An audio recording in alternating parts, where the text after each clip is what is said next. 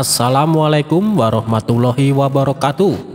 Apa kabar sahabat Al-Fatah yang dimuliakan Allah?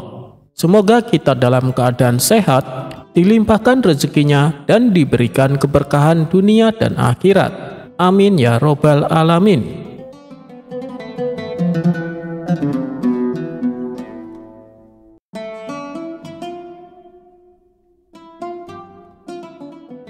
Di Baghdad, ada sekelompok ibu-ibu bangsawan yang terkenal suka berkumpul setiap sore di taman istana.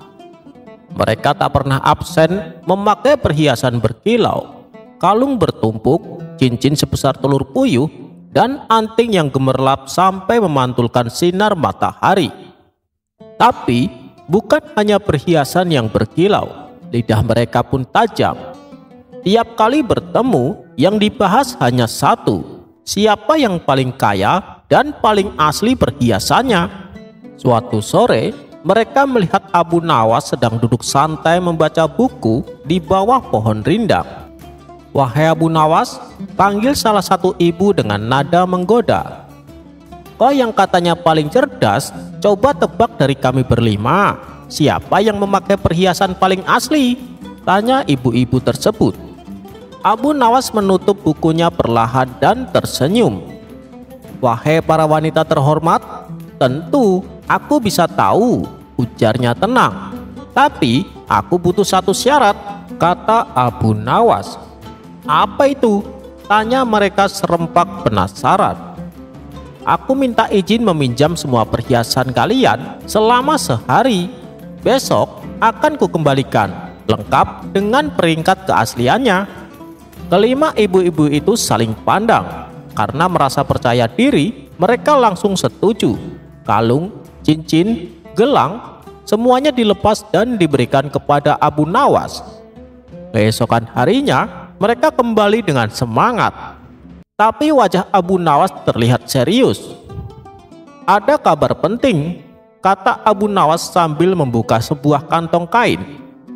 "Aku bawa semua perhiasan ini ke tukang emas terpercaya, dan hasilnya hanya 1 dari 5 yang benar-benar asli. Sisanya campuran loyang dan kaca, lapis tipis emas." Mendengar itu, kelima ibu terperanjat. "Siapa yang asli?" desak mereka. Abu Nawas mengangkat satu cincin kecil yang tampak sederhana. "Yang ini milik ibu penjual roti yang tadi pagi aku temui. Ia tidak ikut lomba pamer kalian, tapi ia jujur dan tidak malu memakai yang ia mampu beli," kata Abu Nawas. Ibu-ibu itu terdiam, sebagian wajahnya merah padam. Abu Nawas tersenyum lembut dan berkata, "Keaslian itu bukan terletak pada apa yang dikenakan, tapi pada keberanian untuk jujur."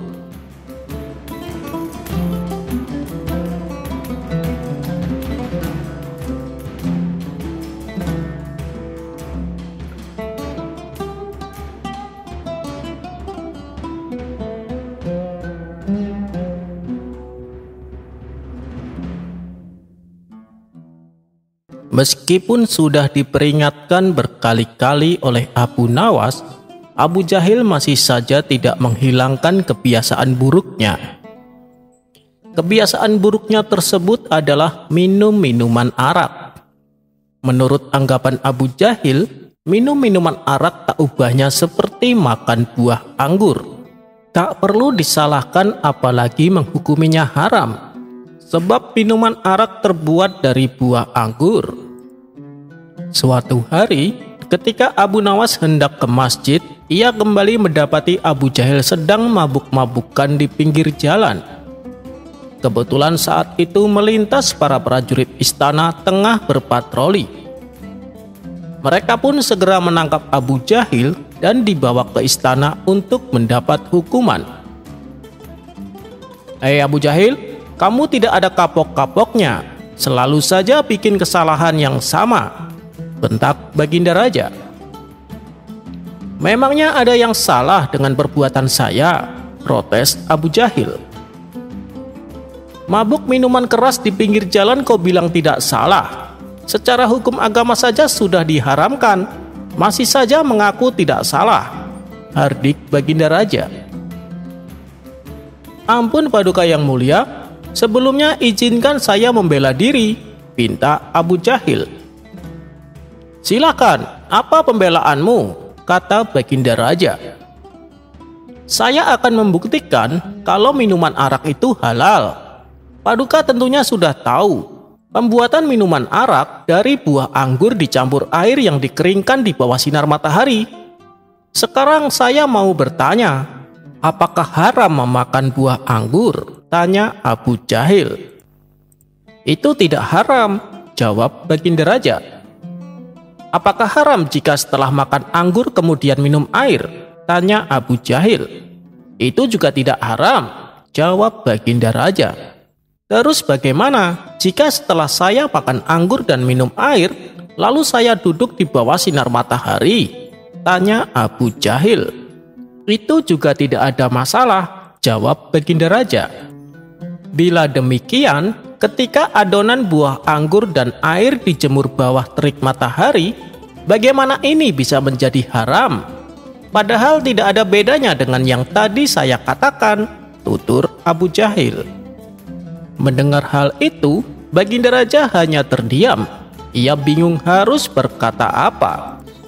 Iya, tapi kan dalam ajaran agama kita mengharamkan minuman keras, ujar Baginda Raja. Jangan bicara soal hukum agama Paduka, kita pakai logika saja, balas Abu Jahil. Untuk kedua kalinya Baginda Raja tak bisa berkutik. Kemudian terlintas di benaknya untuk meminta bantuan Abu Nawas. Baiklah Abu Jahil, sebelum aku memutuskan kamu salah atau tidak, aku akan panggil Abu Nawas kemari, kata Baginda Raja. Maka beberapa pengawal istana diperintahkan Baginda Raja untuk menjemput Abu Nawas. Singkat cerita, datanglah Abu Nawas menghadap Baginda Raja. Ada apa Paduka? Kenapa Paduka terlihat kebingungan? Tanya Abu Nawas. Baginda Raja pun lalu memberitahu tentang masalah yang sedang dihadapinya. Oh, kalau itu sih gampang Paduka, saut Abu Nawas. Kemudian Abu Nawas menghampiri Abu Jahil dan meminta dia untuk mengulangi pertanyaannya. Dengan penuh percaya diri, Abu Jahil mulai bertanya. Begini Abu Nawas, tentu kamu sudah tahu pembuatan minuman arak terbuat dari buah anggur yang dicampur air, kemudian dikeringkan di bawah sinar matahari. Sekarang saya mau bertanya, apakah haram saya memakan buah anggur? Tanya Abu Jahil. Tidak haram, jawab Abu Nawas. Apakah haram jika setelah makan anggur kemudian minum air? Tanya Abu Jahil. Itu juga tidak haram, jawab Abu Nawas. Baiklah, terus bagaimana jika setelah saya makan anggur dan minum air, lalu saya duduk di bawah sinar matahari? Tanya Abu Jahil kembali. Tidak ada masalah, jawab Abu Nawas. Bila demikian, ketika adonan buah anggur dan air dijemur di bawah terik matahari, bagaimana ini bisa menjadi haram? Padahal tidak ada bedanya dengan yang tadi saya katakan, ujar Abu Jahil. Wahai Abu Jahil, sebelum aku menjawab pertanyaanmu, aku akan tanya terlebih dahulu. Jika segenggam tanah aku lemparkan di rambut kepalamu, apakah itu berbahaya? Tanya Abu Nawas. Tentu saja tidak, jawab Abu Jahil. Lalu tanah yang ada di rambutmu aku siram dengan air, apakah sakit? Tanya Abu Nawas lagi. Tentu saja tidak Abu Nawas, jawab Abu Jahil. Baik, setelah apa yang menimpamu, kemudian kamu berjemur di bawah sinar matahari, apakah itu akan membuatmu sakit juga? Tanya Abu Nawas. Itu juga tidak, jawab Abu Jahil. Sekarang begini Abu Jahil, jika aku mengolah segenggam tanah dicampur air, lalu aku jemur di bawah sinar matahari hingga menjadi batu bata, kemudian aku lemparkan di kepalamu, apakah terasa sakit? Tentu saja sakit Abu Nawas, dan itu bisa menyebabkan pendarahan, jawab Abu Jahil.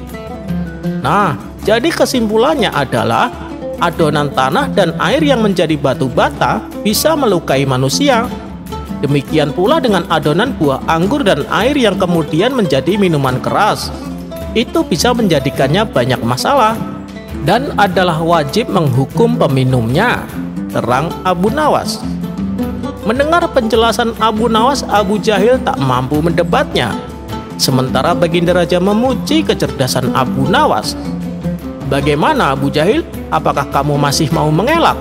tanya Baginda Raja. Abu Jahil hanya terdiam. Ia pun akhirnya dimasukkan ke dalam penjara untuk menjalani hukuman.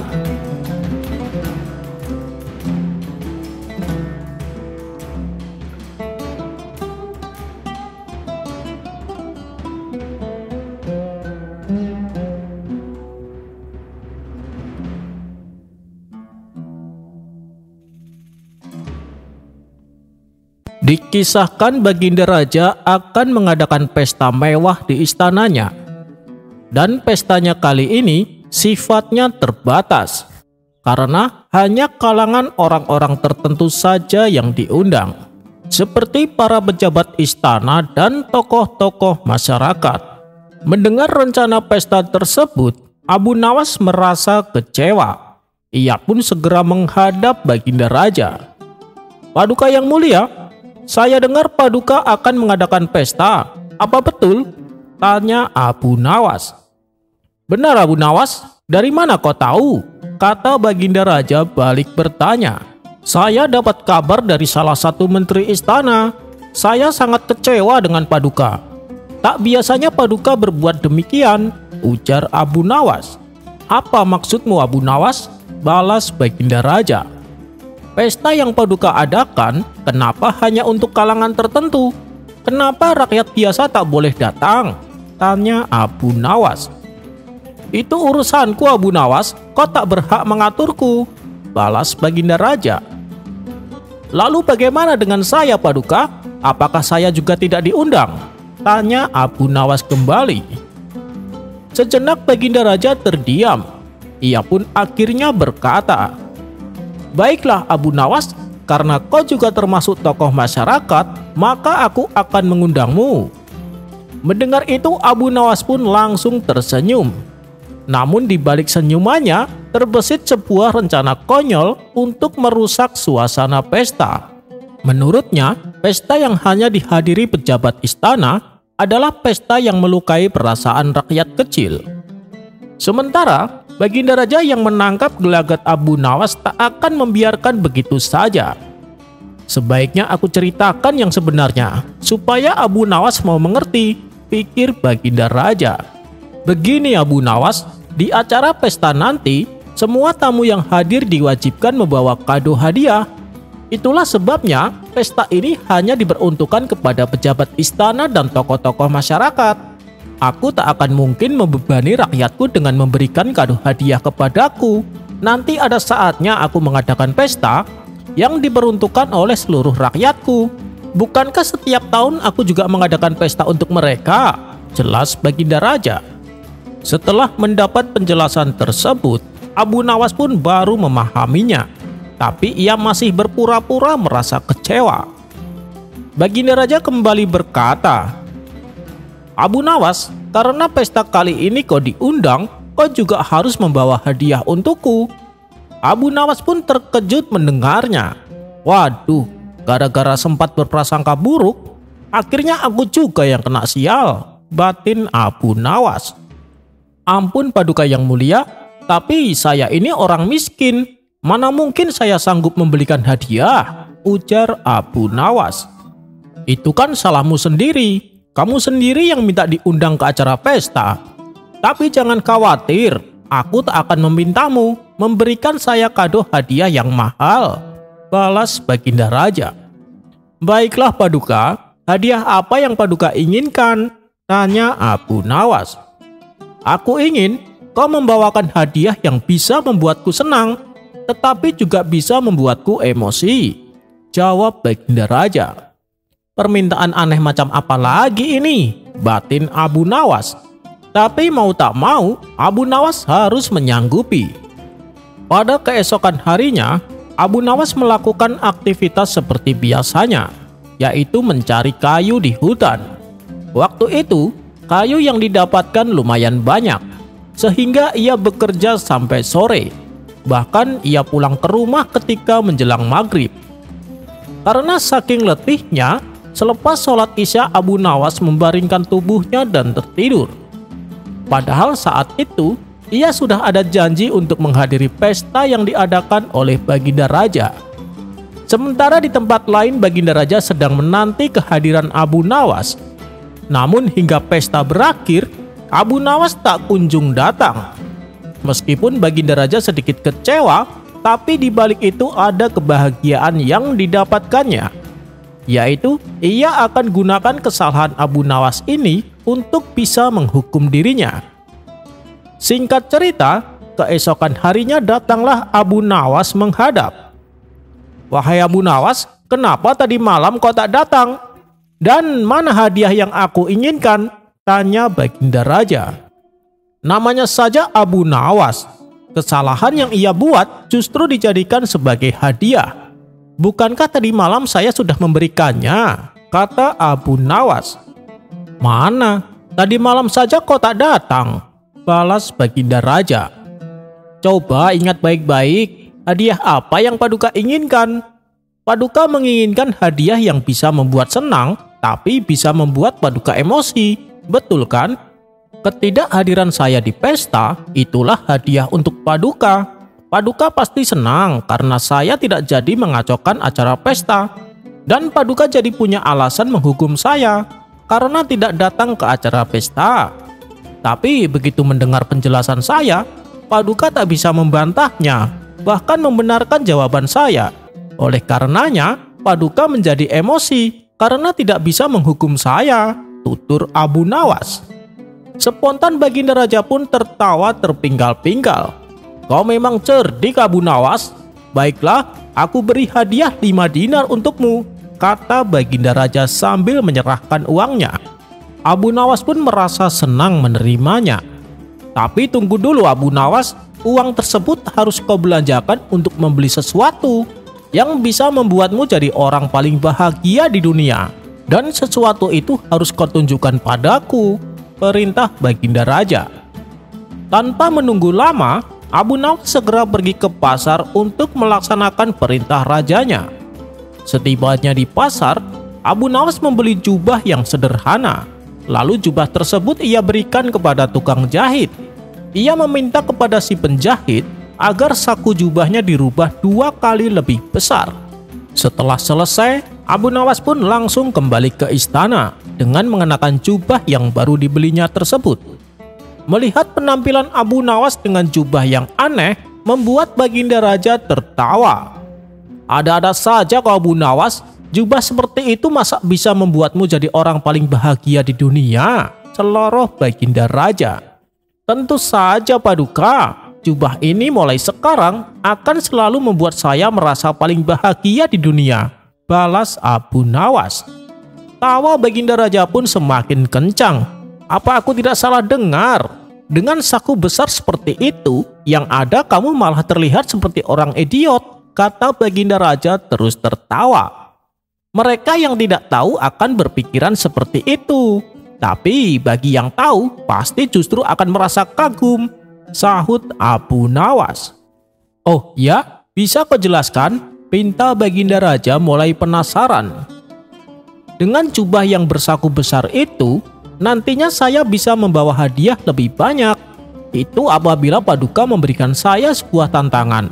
Dan setiap kali saya mendapatkan hadiah yang banyak, saya merasa menjadi orang paling bahagia di dunia," terang Abu Nawas. Kali ini Baginda Raja pun memuji kecerdasan Abu Nawas. Dan karena hari itu Abu Nawas telah membuat Baginda Raja terhibur, ia pun kembali memberikan hadiah dengan jumlah uang yang lebih besar. "Tuh kan benar apa yang saya katakan? Belum juga jubah ini sampai ke rumah, tapi sudah menampakkan hasilnya," celetuk Abu Nawas. Sudah Abu Nawas, kau pulanglah sekarang juga. Aku sudah tak kuat menahan sakit perut," balas Baginda Raja sambil tertawa.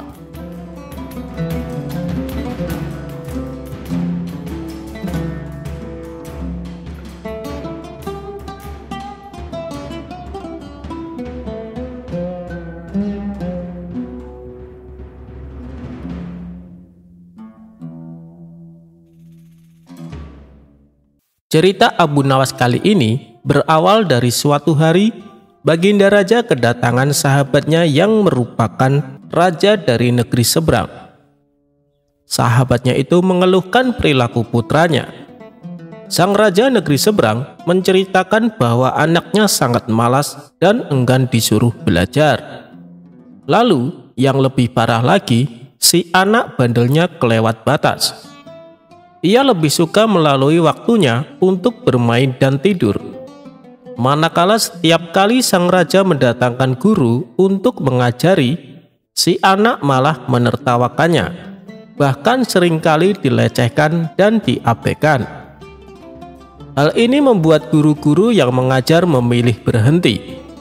Mereka tidak mampu menghadapi sifat putra raja negeri seberang yang nakal tersebut. Padahal sang raja berharap kelak putranya sanggup mewarisi kerajaan untuk generasi berikutnya. Kenapa tidak kau titipkan saja kepada Abu Nawas? Biarkan dia mendidik anakmu dengan caranya, tutur Baginda Raja menyarankan. Abu Nawas? Siapa itu Abu Nawas? Tanya sang raja negeri seberang. Dia itu ulama sufi yang terkenal cerdik dan pandai di kota Baghdad, jawab Baginda Raja. Oh, baiklah, akan aku coba. Minggu depan aku ajak putraku kemari, balas raja negeri seberang. Beberapa minggu kemudian, dengan diantar Baginda Raja, raja negeri seberang tersebut membawa putranya ke rumah Abu Nawas. Melihat kedatangan tamu seorang raja, tentu saja membuat Abu Nawas sangat terkejut. Ampun Paduka yang mulia, ada gerangan apa? Tiba-tiba Paduka datang kemari, tanya Abu Nawas. Baginda Raja lalu mengungkapkan maksud kedatangannya. Ia hendak menitipkan putra sahabatnya kepada Abu Nawas untuk diajari ilmu agama dan kedisiplinan. Wahai Abu Nawas, ajarkan anakku ilmu agama dan didiklah dia supaya disiplin, pinta sahabat Baginda Raja. Saya bersedia, tapi saya akan mendidiknya dengan cara saya, dan Paduka tidak boleh sakit hati, balas Abu Nawas. Baik Abu Nawas, semuanya aku serahkan kepadamu, ujar sahabat Baginda Raja. Singkat cerita, pulanglah Baginda Raja dan sahabatnya. Baru saja ditinggal orang tuanya, si anak membuat ulah di rumah Abu Nawas. Ia dengan beraninya membentak Abu Nawas saat meminta diambilkan air minum. Awalnya Abu Nawas menanggapi dengan senyum. Ia selalu menuruti kemauan si anak tersebut. Hingga pada suatu hari, tiba-tiba Abu Nawas memukul si anak cukup keras, padahal tidak melakukan kesalahan apapun. Sejak saat itulah si anak menjadi takut kepada Abu Nawas. Sifatnya yang bandel dan suka malas-malasan mendadak berubah menjadi penurut serta rajin. Singkat cerita, beberapa tahun kemudian orang tuanya datang untuk menjemput sang putra mahkota. Si anak ini menjadi pribadi yang sopan. Dia juga cerdas dan cepat menguasai berbagai ilmu agama yang diajarkan Abu Nawas. Melihat perubahan pada diri anaknya, sang raja negeri seberang menjadi senang dan bahagia. Seiring berjalannya waktu, si anak yang sudah menginjak dewasa dinobatkan sebagai raja untuk menggantikan posisi ayahnya. Berkat kecerdasan dan kedisiplinannya, dia menjadi raja yang gagah dan berwibawa. Suatu hari dia teringat dengan Abu Nawas, sosok guru yang telah mendidiknya. Ia pun berencana untuk menemuinya dengan didampingi pasukan kerajaan. Pemuda yang kini sudah menjadi raja itu pun berangkat menuju rumah Abu Nawas. Setibanya di sana, dia langsung disambut hangat dan dipersilakan masuk oleh Abu Nawas. Setelah cukup lama berbincang-bincang, ia lalu bertanya kepada Abu Nawas, "Guru, aku mau bertanya, masih ingatkah suatu hari guru memukulku? Padahal aku tidak bersalah waktu itu. Atas dasar apa guru melakukannya?" Sekian tahun lamanya ternyata sang murid masih menyimpan pertanyaan tentang kenangan pahit dari sang guru. Mendengar pertanyaan tersebut, Abu Nawas menjawabnya dengan tersenyum. Aku sudah lama menunggu datangnya hari ini ketika kamu bertanya tentang pukulan itu. Sekarang kamu tahu bahwa pukulan kezaliman itu membuatmu tidak bisa melupakannya begitu saja, kan? Ia terus mengganggumu setiap waktu. Maka ini adalah pelajaran untukmu di hari ketika kamu menjadi pemimpin seperti sekarang. Jangan pernah sekalipun menzalimi masyarakatmu, karena mereka tidak pernah bisa tidur dan tak pernah bisa lupa pahitnya kezaliman, terangnya. Setelah mendapat penjelasan dari Abu Nawas, sang raja yang baru itu merasa puas. Ia mendapat wejangan yang sangat berharga.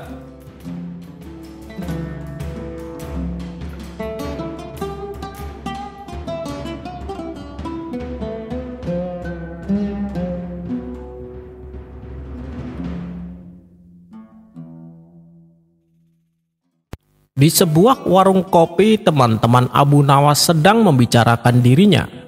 Mereka kagum dengan kecerdikan Abu Nawas. Setiap kali sang raja memberikan tantangan, selalu dapat dikalahkannya. Walhasil, Abu Nawas sering pulang membawa hadiah. Salah satu dari mereka berkata, "Aku ada ide nih, sebuah tantangan untuk Abu Nawas. Tapi kayaknya Abu Nawas tidak akan berani. Kalaupun dia menerima tantangan ini, yang pasti dia akan kalah dan bisa-bisa dihukum pancung oleh raja." "Oh ya? Tantangan apakah itu?" tanya mereka penasaran. "Aku akan menantang Abu Nawas untuk memantati paduka raja," jawabnya. Setelah ditunggu-tunggu, akhirnya Abu Nawas datang. "Nah, ini Abu Nawas datang," kata salah seorang dari mereka. "Ada apa emangnya?" tanya Abu Nawas. "Kami semua tahu kecerdikanmu sering membuat paduka raja kewalahan. Apapun tantangan dari paduka raja bisa kamu kalahkan. Tapi kami punya tantangan untukmu. Itu pun kalau kamu berani," kata mereka membuka percakapan. "Apa yang harus kutakuti? Kan tidak ada yang perlu aku takuti kecuali Allah," kata Abu Nawas menantang. Mereka kembali berkata, "Begini Abu Nawas, selama ini belum ada seorang pun yang berani memantati paduka raja. Bukankah begitu, hai Abu Nawas?" "Tentu saja tidak ada yang berani, karena itu adalah pelecehan berat. Hukumannya pasti dipancung," kata Abu Nawas memberitahu. "Nah, itu dia. Apakah engkau berani melakukannya?" tantang mereka. "Sudah aku katakan, aku hanya takut kepada Allah. Kalau aku bisa memantati paduka raja, apa imbalannya?" kata Abu Nawas balik menantang. 100 keping uang emas Abu Nawas, namun syaratnya paduka raja harus tertawa ketika kau pantati, jawab mereka. "Baiklah, aku terima tantangan itu," kata Abu Nawas. "Kapan kamu akan melakukannya? Sebagai bukti, kami juga harus menyaksikan kamu memantati paduka raja," balas mereka. "Minggu depan, paduka raja akan mengadakan jamuan kenegaraan. Para menteri, pegawai istana, dan orang-orang diundang termasuk aku. Hadirlah kalian di sana. Di acara tersebut, nanti aku akan memantati paduka raja." Hari yang ditunggu pun tiba. Kawan-kawan Abu Nawas mendatangi acara yang diadakan oleh istana. Saat acara sudah dimulai, Abu Nawas tak kunjung datang. Sambutan dari para menteri dan petinggi kerajaan telah selesai. Namun Abu Nawas masih belum juga datang. Teman-teman Abu Nawas saling berbisik satu sama lain. Kalau Abu Nawas tidak berani datang, mereka pun senang, karena kali ini Abu Nawas harus mengakui kekalahannya. Tibalah saatnya sambutan terakhir yang akan disampaikan oleh paduka raja. Semuanya terdiam mendengar pidato paduka raja. Saat baginda raja tengah berpidato, datanglah Abu Nawas. Tak seperti biasanya, kali ini Abu Nawas duduk di tempat paling belakang. Ia duduk di atas tanah di halaman istana. Otomatis kehadiran Abu Nawas membuat kawan-kawannya kaget. Sedangkan Paduka Raja heran dengan kelakuan Abu Nawas ini. Ia pun memanggil Abu Nawas. "Wahai Abu Nawas, majulah dan duduklah di atas karpet. Nanti pakaianmu kotor karena duduk di atas tanah." "Ampun Paduka yang mulia, sebenarnya hamba ini sudah duduk di atas karpet," jawab Abu Nawas. Baginda Raja bingung mendengar pengakuan Abu Nawas tersebut, karena yang ia lihat Abu Nawas duduk di atas tanah. "Karpet yang mana yang engkau maksud, wahai Abu Nawas?" tanya Paduka Raja masih bingung. "Karpet hamba sendiri, Paduka yang mulia. Sekarang hamba selalu membawa karpet kemanapun hamba pergi," jawab Abu Nawas. "Tetapi sejak tadi aku tidak melihat karpet yang engkau bawa," kata Paduka Raja bertambah bingung. "Baiklah Baginda yang mulia, kalau memang ingin tahu, maka dengan senang hati hamba akan menunjukkannya kepada Paduka yang mulia," kata Abu Nawas sambil beringsut-ingsut ke depan. Setelah cukup dekat dengan Baginda Raja, Abu Nawas berdiri, kemudian menungging menunjukkan potongan karpet yang ditempelkan di bagian pantatnya. Posisi Abu Nawas ini seolah-olah memantati Baginda Raja. Melihat ada potongan karpet menempel di pantat Abu Nawas, Paduka Raja tak bisa membendung tawa, sehingga beliau terpingkal-pingkal, diikuti petinggi istana. Sebaliknya, teman-teman Abu Nawas merasa heran. Kok bisa Baginda Raja malah tertawa saat dipantati Abu Nawas? Karena mestinya Raja marah. Menyaksikan kejadian yang menggelikan itu, kawan-kawannya merasa kagum. Abu Nawas memang cerdik. Akhirnya mereka harus rela melepaskan 100 keping uang emas untuk Abu Nawas.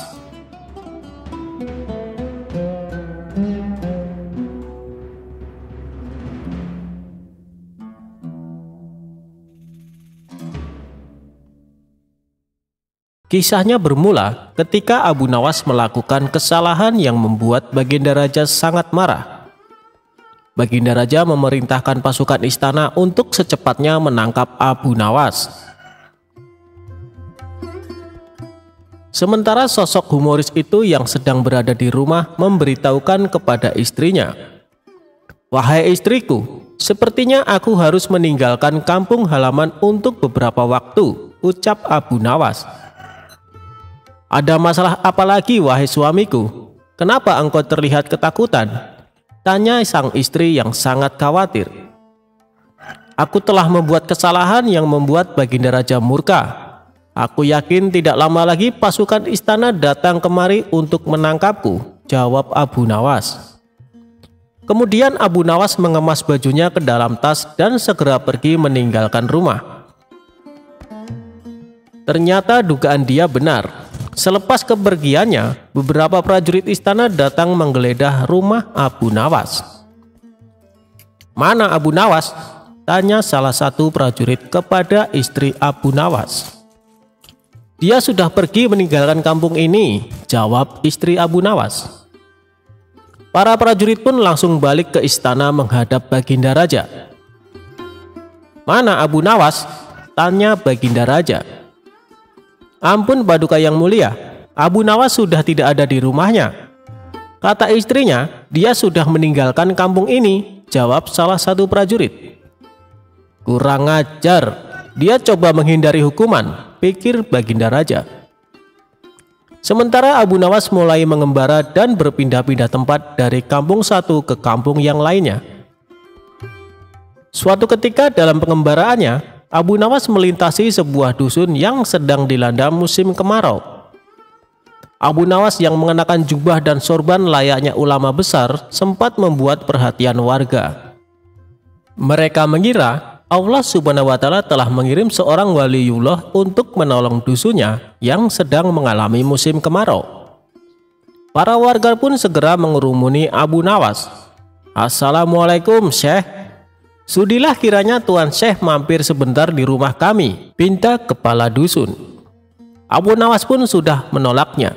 Namun karena para warga memaksa, ia pun mau tidak mau menerima ajakan mereka ke rumah kepala dusun. Abu Nawas dijamu berbagai macam hidangan dan diperlakukan istimewa layaknya raja. "Apa yang membuat kalian memperlakukanku sedemikian istimewa, padahal kalian tidak mengenalku?" tanya Abu Nawas. "Begini Tuan Syekh, dari penampilan Tuan, kami yakin kalau Tuan adalah ulama besar yang dikirim Allah Subhanahu wa Ta'ala untuk membantu desa kami," jawab kepala dusun. "Memangnya apa yang menimpa desa kalian?" tanya Abu Nawas lagi. "Sudah berbulan-bulan desa kami mengalami musim kemarau, tanaman-tanaman mati, air persediaan kami tinggal beberapa ember. Doakanlah desa kami wahai Tuan Syekh, agar desa kami diturunkan hujan," jelas kepala dusun. Abu Nawas terdiam mendengar keluhan mereka. Ia juga berbulan-bulan tidak mandi dan bajunya sudah lama tidak dicuci. Padahal tujuannya ke sini untuk menumpang mandi. Beberapa lama kemudian muncullah ide cemerlang di otaknya. "Baiklah, aku akan memanjatkan doa kepada Allah supaya desa kalian diturunkan hujan. Tapi ada syaratnya," ujar Abu Nawas. "Apa itu syaratnya Tuan Syekh?" "Kami bersedia melakukannya," balas kepala dusun. "Syaratnya adalah kumpulkan semua air persediaan kalian dan ditaruh di tengah lapangan," perintah Abu Nawas. Para warga pun membawa air terakhir yang mereka miliki. Total air yang terkumpul hanya 2 ember. Kemudian air tersebut ditaruh di tengah lapangan. Abu Nawas melepas bajunya dan mencucinya dengan air di ember pertama. Sedangkan air di ember kedua dia gunakan untuk mandi. Melihat hal itu, para warga pun menjadi terkejut. "Wahai Tuan Syekh, itu air terakhir persediaan kami yang rencananya untuk minum anak-anak kami," ucap salah satu warga. Perbuatan Abu Nawas ini tentunya mengundang reaksi kemarahan warga. Ada yang mencemooh, ada yang membentak, ada pula yang menghujat. Namun di tengah kegaduhan itu, Abu Nawas dengan tenang mengangkat bajunya yang dicuci, lalu menjemurnya, dan perkataan para warga tidak dihiraukannya. Para warga bertambah emosi sehingga hendak memukulinya. Tapi niat mereka langsung terhenti karena tiba-tiba terdengar suara guntur yang disusul hujan lebat. Penduduk pun lupa dengan marahnya. Bahkan sebaliknya, mereka berebutan mencium tangan Abu Nawas dan mulai berteriak kegirangan menyambut datangnya hujan yang sudah lama ditunggu. Saat itu sang kepala dusun menghampiri Abu Nawas. "Tuan Syekh, sebenarnya doa apa yang Tuan panjatkan sehingga langit berkenan menurunkan hujan?" tanya kepala dusun. Dengan polosnya Abu Nawas menjawab, "Begini, doaku biasa saja, tapi jubahku ini tinggal satu dan tidak pernah dicuci selama berbulan-bulan. Bila aku menjemurnya, pasti hujan akan turun deras. Mungkin karena langit tidak tahan dengan bau jubahku ini," celetuk Abu Nawas cengengesan. Mendengar hal itu, sontak para warga langsung tertawa terpingkal-pingkal. Sejak saat itu Abu Nawas mulai menetap di sana sembari menunggu kemarahan Baginda Raja reda.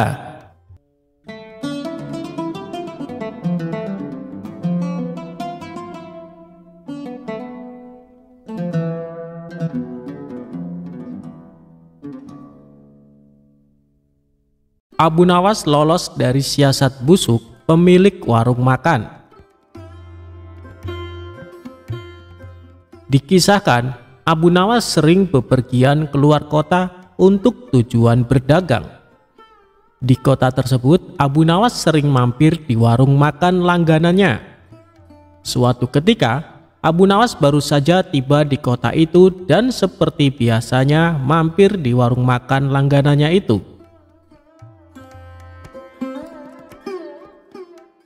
"Aku pesan 1 ayam dan 2 butir telur, tapi bayarnya kalau dagangannya sudah terjual habis. Boleh tidak?" tanya Abu Nawas. "Silahkan Abu Nawas, kamu kan langganan di warung ini." "Tentu saja boleh," jawab pemilik warung. Ketika selesai makan, ia pun pergi untuk menjual dagangannya.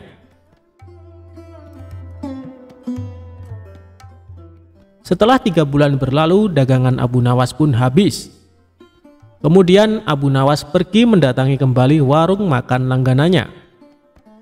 "Aku pesan makanan seperti dulu, 1 porsi ayam dan 2 butir telur," ucap Abu Nawas. Setelah Abu Nawas selesai makan, ia pun berkata, "Aku minta total tagihannya.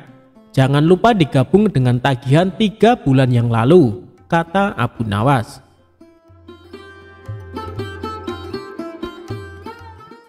Si pemilik warung menghitung tagihannya dan memberikan secari kertas. "Ini total tagihannya, cukup 200 dirham saja," kata si pemilik warung. "Apa? 200 dirham? Hanya untuk 2 porsi ayam dan 4 butir telur, kamu mau memerasku?" tanya Abu Nawas emosi. "Harga ini sudah cukup murah. Coba kau pikir, ayam yang kau makan sejak 3 bulan lalu, jika setiap harinya dia bertelur, maka akan menghasilkan ayam-ayam yang banyak.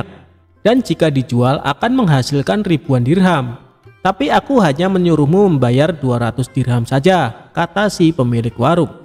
"Ini tidak adil, hanya akal-akalanmu saja," kata Abu Nawas. Mereka berdebat tanpa hasil dan memutuskan untuk menghadap Tuan Hakim.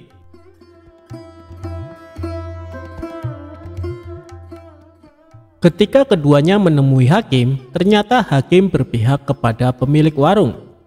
Lalu hakim bertanya, "Apakah kalian berdua menyepakati harga sejak 3 bulan yang lalu?" tanya Tuan Hakim. "Tidak, Tuan Hakim," jawab Abu Nawas. "Kalau begitu ayam yang kamu makan kemungkinannya bisa menghasilkan ratusan ayam dan telur," tutur Tuan Hakim. "Ya, itu mungkin saja, tapi kalau ayamnya hidup. Sedangkan ayam yang aku makan sudah mati dan dimasak," balas Abu Nawas. Namun pendapat Abu Nawas tidak dihiraukan oleh Tuan Hakim karena ia cenderung memihak pada pemilik warung. "Aku minta kasus ini ditangguhkan sampai besok pagi karena waktu sudah menjelang sore," pinta Abu Nawas. Permintaan Abu Nawas pun dikabulkan Tuan Hakim. Seharian Abu Nawas memikirkan cara agar bisa memenangkan kasusnya. Pada esok harinya, berangkatlah Abu Nawas menuju tuan rumah hakim. Setibanya di sana, ternyata si pemilik warung sudah datang lebih awal. "Kenapa kau terlambat dan membuat mereka menunggu?" tanya Tuan Hakim. "Maaf Tuan Hakim, tadi ada tamu bisnis. Ia minta biji gandum untuk ditanam. Terpaksa aku harus merebusnya dahulu, dan setelah matang aku berikan kepadanya untuk ditanam. Itulah yang membuatku datang terlambat," kata Abu Nawas. Mendengar itu, Tuan Hakim dan pemilik warung menertawakan Abu Nawas. Lalu dengan nada mengejek, si pemilik warung berkata kepada Abu Nawas, "Luar biasa, aku baru dengar ada biji gandum yang sudah direbus, ditanam, dan kemudian bisa tumbuh." Tuan Hakim dan pengacara tertawa terpingkal-pingkal. Setelah tawa mereka mereda, Abu Nawas berkata, "Itu memang aneh. Tapi kenapa kalian tidak tertawa ketika ada ayam yang sudah dimasak dapat bertelur dan berkembang biak, lalu dipatok harga sebesar 200 dirham, kata Abu Nawas. Spontan Tuan Hakim dan pemilik warung terdiam, tak sepatah kata pun keluar dari mulut mereka. "Kenapa kalian terdiam? Apa harus aku yang tertawa?" tanya Abu Nawas. Wajah mereka berdua langsung pucat, dan setelah terdiam agak lama, Abu Nawas pun keluar. Dan akhirnya Abu Nawas dapat lolos dari siasat licik si pemilik warung.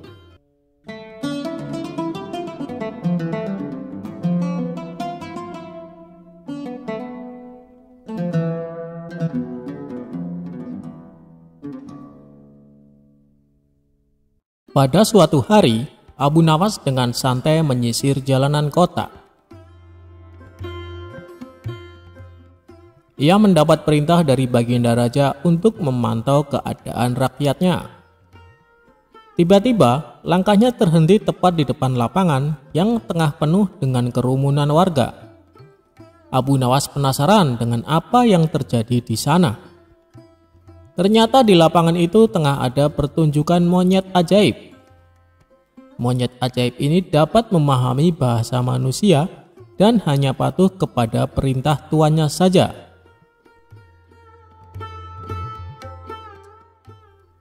Dengan sombong sang tuan mengadakan sayembara dengan hadiah beberapa keping emas. Barang siapa yang mampu membuat monyet miliknya mengangguk-angguk, maka ia berhak mendapatkan hadiahnya. Banyak warga yang telah mencoba dengan berbagai macam cara, tapi si monyet tak juga berhasil ditaklukkan. Hal ini semakin membuat Abu Nawas penasaran. Akhirnya Abu Nawas maju ke depan untuk mencobanya. Abu Nawas memberikan beberapa pertanyaan kepada si monyet. "Hai monyet, tahukah engkau siapa aku?" Monyet pun menggelengkan kepala. "Apakah engkau takut pada tuanmu?" pancing Abu Nawas. Si monyet pun tetap diam dan tidak menganggukkan kepala. "Oh, ternyata kamu tidak takut ya pada tuanmu," sahut Abu Nawas. Kemudian Abu Nawas mengancam si monyet. "Hai monyet, apabila kau tetap diam, maka aku akan melaporkanmu kepada tuanmu. Kalau kamu tidak takut padanya, dan pasti dia akan memberikan hukuman." Si monyet pun mulai ragu, dan akhirnya dengan spontan si monyet mengangguk-anggukkan kepalanya karena takut pada tuannya. Penonton bersorak girang karena Abu Nawas berhasil membuat si monyet menganggukkan kepalanya. Si pemilik monyet sangat marah dan memukuli monyetnya dengan kayu karena merasa malu.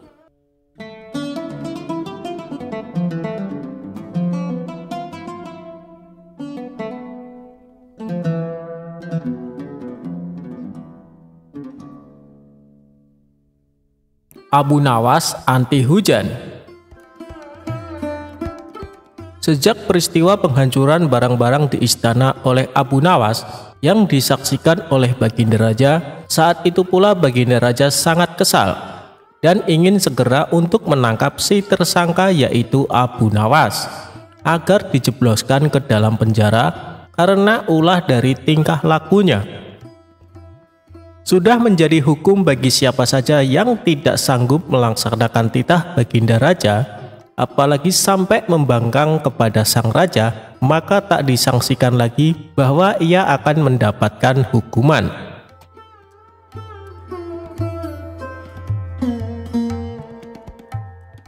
Baginda Raja pun tahu Abu Nawas amat begitu takut kepada beruang. Suatu hari, Baginda Raja memerintahkan prajuritnya untuk menjemput Abu Nawas agar bergabung dengan rombongan Baginda Raja berburu beruang.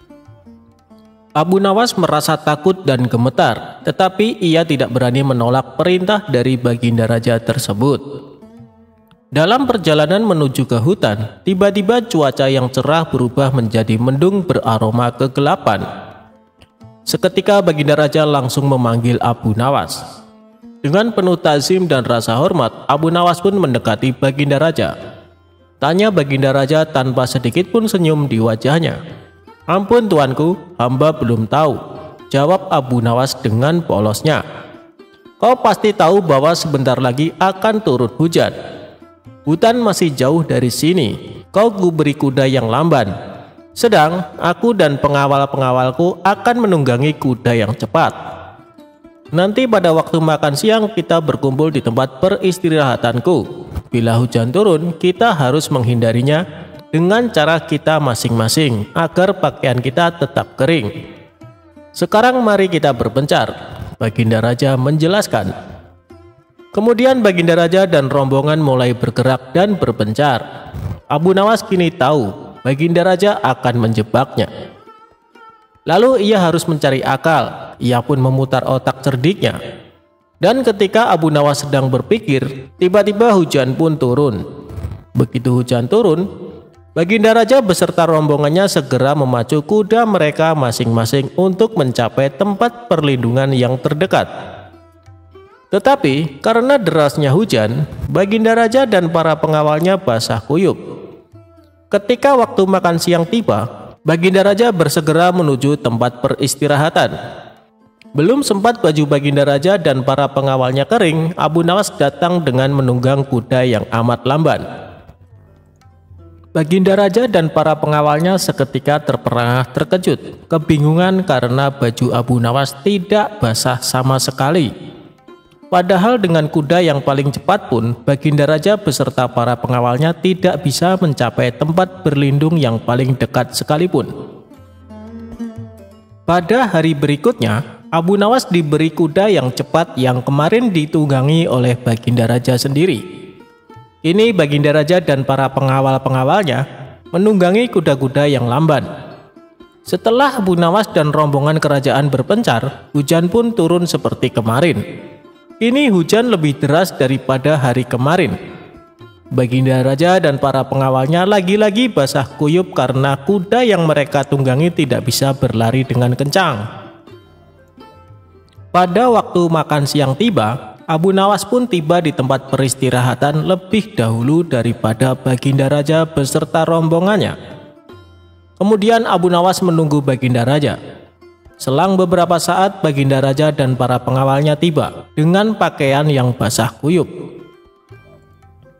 Melihat Abu Nawas dengan pakaian yang tetap kering seolah tidak terkena hujan, atau memang Abu Nawas manusia anti hujan, saat itu pula Baginda Raja menjadi penasaran dibuatnya. Beliau tidak sanggup lagi menahan keingintahuan yang selama ini disembunyikannya. "Terus terang bagaimana caranya kamu menghindari hujan, wahai Abu Nawas?" tanya Baginda dengan penuh rasa penasaran. "Mudah tuanku yang mulia," kata Abu Nawas sambil tersenyum. "Sedangkan aku dengan kuda yang cepat saja tidak sanggup untuk mencapai tempat berteduh terdekat, apalagi dengan kuda yang sangat lamban ini," tegas Baginda Raja.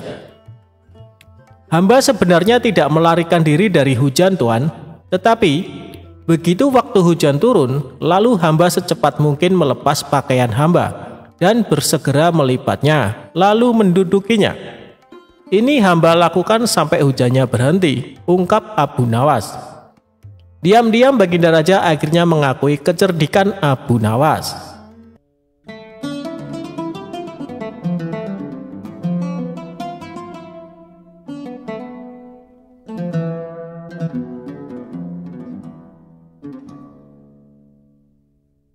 Tipu daya si pengemis dan saudagar kaya.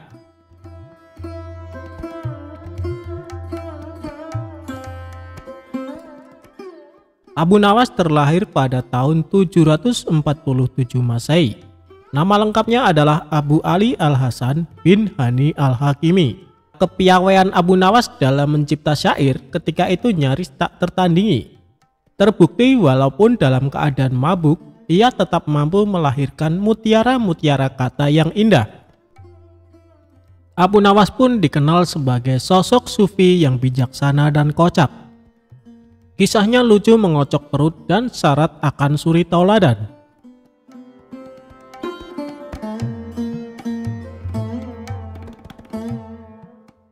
Al-Kisah, seorang saudagar kaya di Baghdad membuat sayembara berendam semalam di kolam air yang terkenal sangat dingin. Bagi siapa saja yang mampu berendam akan mendapat hadiah 10 dirham. Konon, banyak sekali yang mencoba dan hanya mampu bertahan sepertiga malam. Hingga datanglah seorang pengemis yang juga mencoba sayembara sang saudagar kaya.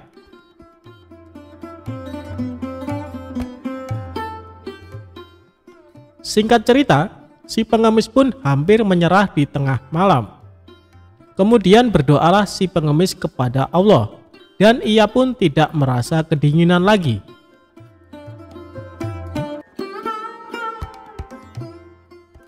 Menjelang pagi, anak si pengemis mendatangi sang ayah karena khawatir dan menyalakan api di tepi kolam air, menemani si pengemis. Waktu sayembara pun berakhir. Pengemis bangkit dari kolam dan mendatangi sang saudagar kaya untuk meminta upahnya.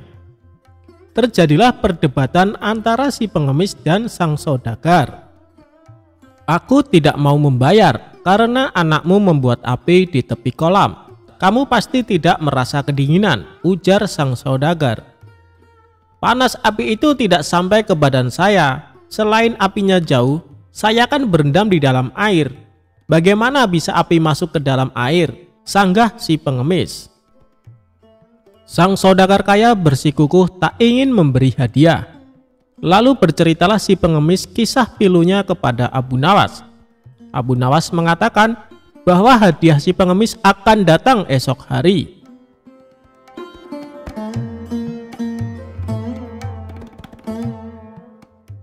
Keesokan harinya, Abu Nawas menyelenggarakan sebuah hajat dengan mengundang sang saudagar kaya tersebut bersama Baginda Raja beserta para petinggi istana. Tak ada suguhan yang tersaji di acara hajatan itu. Abu Nawas berkata pada sang raja bahwa masih sedang memasak nasi.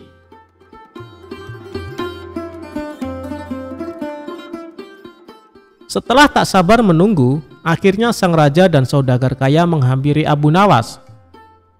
"Hei Abu Nawas, mengapa kau mengipas-kipas api di bawah pohon?" tanya Baginda Raja. "Ya tuanku, hamba sedang memasak nasi," jawab Abu Nawas. Baginda Raja kebingungan bukan kepalang karena Abu Nawas memasak nasi tanpa periuk nasi di atas api. Abu Nawas mendongakkan kepala sembari memberitahu keberadaan periuk nasi di atas pohon yang jauh dari api. Abu Nawas pun menjelaskan kisah sang pengemis sebagai perbandingan atas apa yang dilakukannya, bahwa api tidak bisa menanak nasi dengan periuk di atas pohon. Demikian, api di tepi kolam tidak akan menghangatkan air kolam. Akhirnya Baginda Raja memerintahkan saudagar kaya tersebut memberi upah si pengemis sebesar 100 dirham.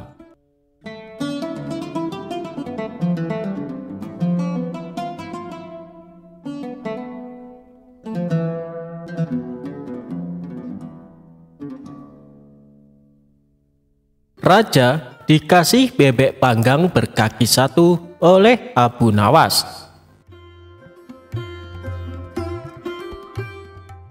Suatu hari, Baginda Raja dikasih makanan lezat bebek panggang berkaki 1 dari Abu Nawas. Berawal Abu Nawas diminta istrinya mengantarkan bebek panggang itu kepada Baginda Raja. Abu Nawas agak malas, sebab dia sendiri makan tanpa lauk.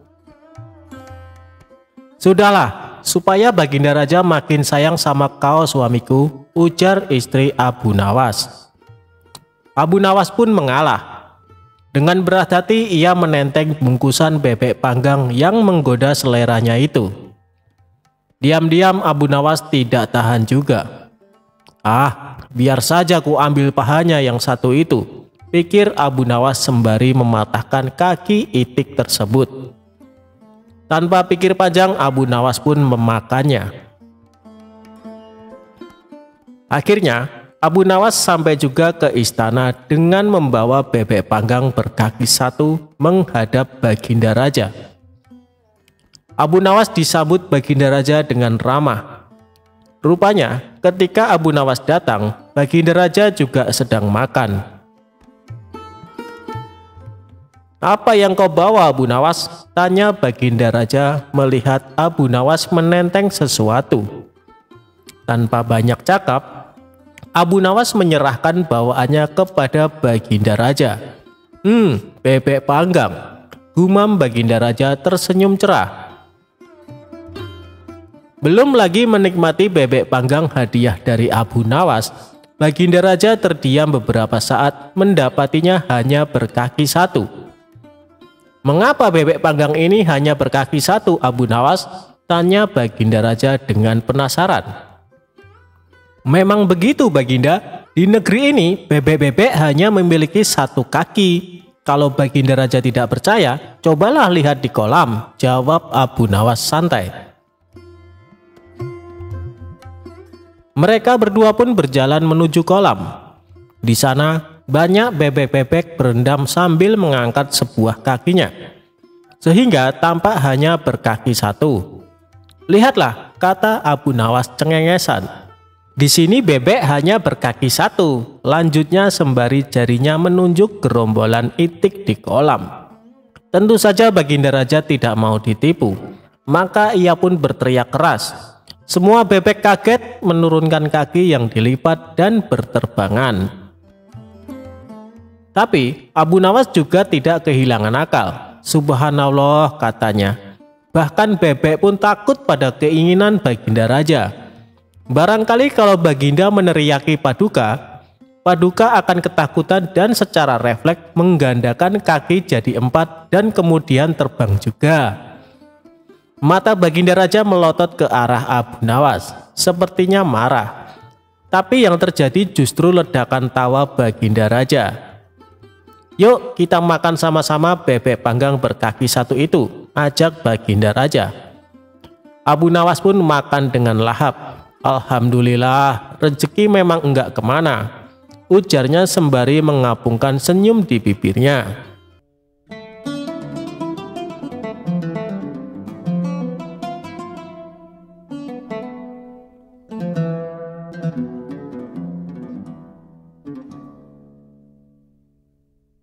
Abu Nawas dapat hadiah melimpah.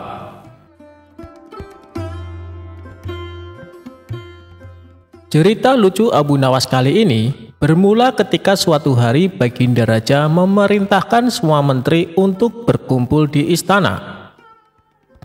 Setelah semua bawahannya itu berkumpul, Baginda Raja lalu menyampaikan maksudnya. "Kalian semua aku undang ke sini karena ada beberapa hal yang ingin aku sampaikan. Yang pertama, aku ucapkan terima kasih kepada kalian karena selama ini kalian telah bekerja keras ikut membantu mengurus negeri yang kita cintai ini," kata Baginda Raja. "Dan yang kedua, hari ini adalah hari jadi negeri kita. Jadi sebagai rasa terima kasihku, kalian semua akan mendapat hadiah," lanjutnya. Mendengar hal itu, para menteri bersorak kegirangan. "Terima kasih Paduka yang mulia," kata salah seorang menteri. Di tengah suasana penuh kegembiraan, tiba-tiba salah satu menteri bertanya, "Paduka yang mulia, bukankah Abu Nawas juga sering membantu menangani masalah yang ada di negeri kita ini? Dia juga sering menghibur Paduka yang mulia, tapi kenapa dia tidak diundang?" Seketika Baginda Raja tersadar bahwa dirinya hampir saja melupakan seseorang yang sangat dikagumi akan kecerdikannya. "Terima kasih wahai menteriku, kau telah mengingatkanku," balas Baginda Raja. Kemudian ia memerintahkan beberapa pengawal segera memanggil Abu Nawas. Tidak berapa lama, datanglah Abu Nawas ke istana menghadap Baginda Raja. Sesaat Abu Nawas sempat terkejut karena yang terlihat tidak seperti biasanya. Seluruh menteri istana berkumpul tanpa ada satupun yang absen. "Ampun Paduka yang mulia, ada gerangan apa Paduka memanggil hamba? Sepertinya ada masalah yang serius," tanya Abu Nawas.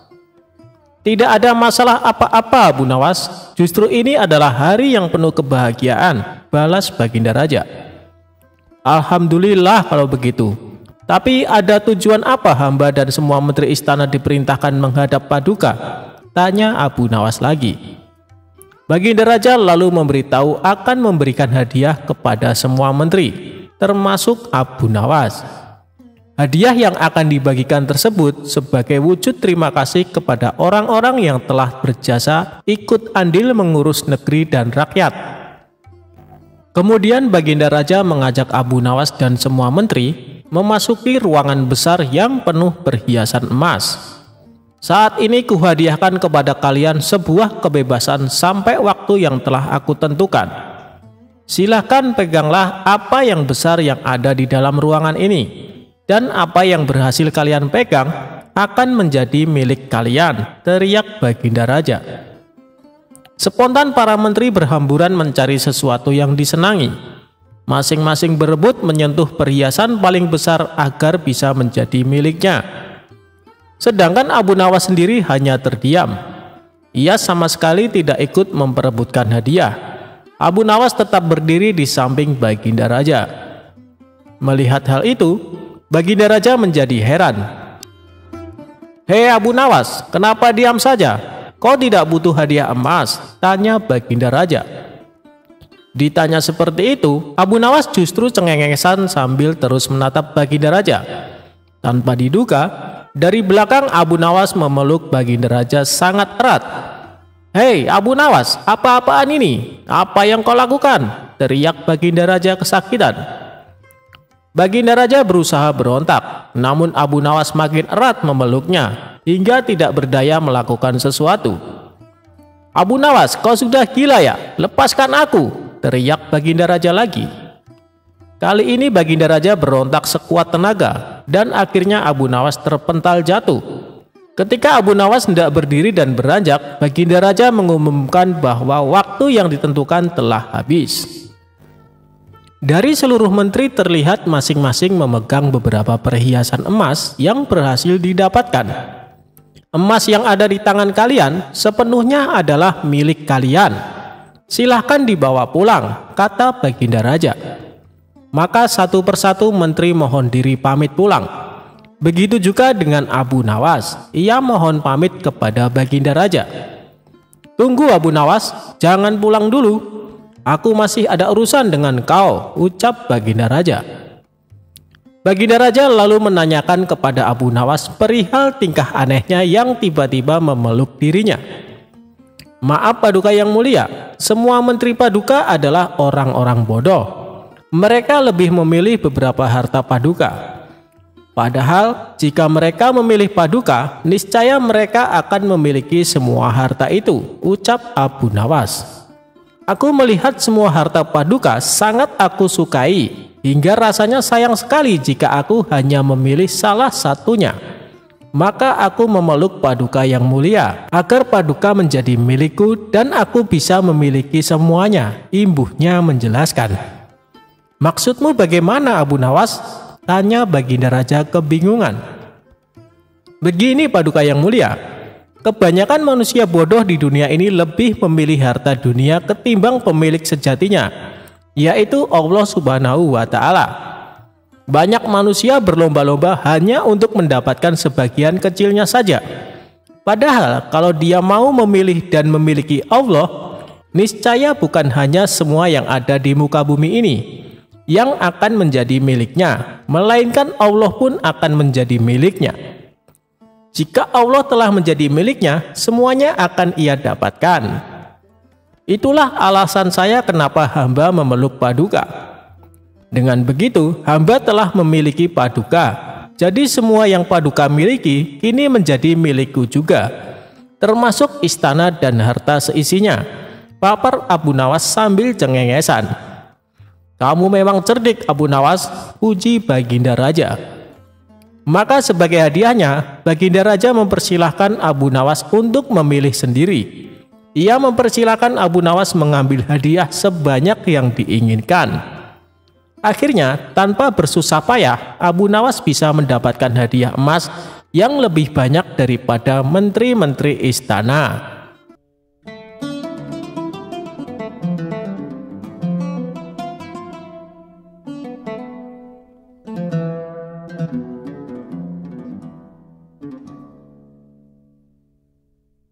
Kejujuran Abu Nawas diuji dengan wanita cantik.